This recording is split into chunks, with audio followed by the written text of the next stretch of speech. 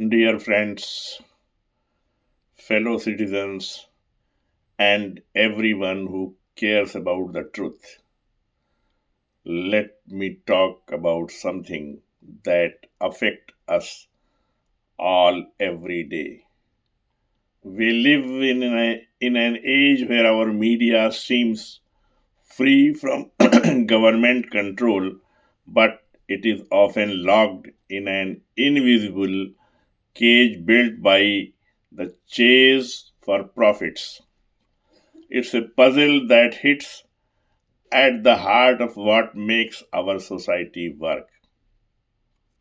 The media is in the iron cage of profit. The commercialism trap our free media.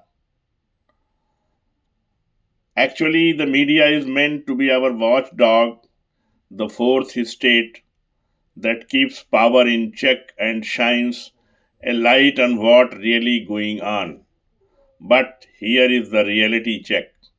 Most news outlets are businesses first, and in that world, the boss is not just the editor, it is the market, the advertisers, and the bottom line. As one media leader once said, we are not in the news business, we are in the advertising business. This hits home. It means the real goal is not always to inform us, it is to grab our attention and sell it to sponsors. When profit steals spotlight from truth, when money calls for the shots, real journalism takes a back seat. Think about those deep dive investigations that uncover scandals or corruption. They are tough, costly, and do not always go viral overnight. So they get sidelined. Instead, we get hooked on the clickbait headlines, dramatic stories, and endless debates that keep us scrolling but don't always deepen our understanding. It's entertainment over education, business over balance. We deserve media that is driven by facts and fairness, not just by what sells. The hidden chains of corporate influence, this goes deeper when big companies pull the strings. Avoid tough stories. Outlets often tiptoe around topics and that could upset major advertisers. It is like an unspoken rule, keep the clients happy even if it means softening the news. Quick fix reporting. Reporters are rushed, so they recycle press releases from companies or officials without digging deeper. We call it journalism, and it turns real journalism into a cut and paste job. Plus, when a handful of giant corporations own most media, we lose out on different viewpoints. It is not a conspiracy. It is just business squeezing out variety, leaving us with echo chambers instead of open conversations.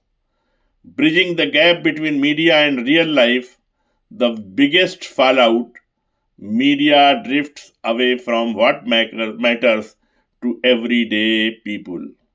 As journalist P. Sainath pointed out, we will see tons of coverage on celebrities, fashion, and fancy dining.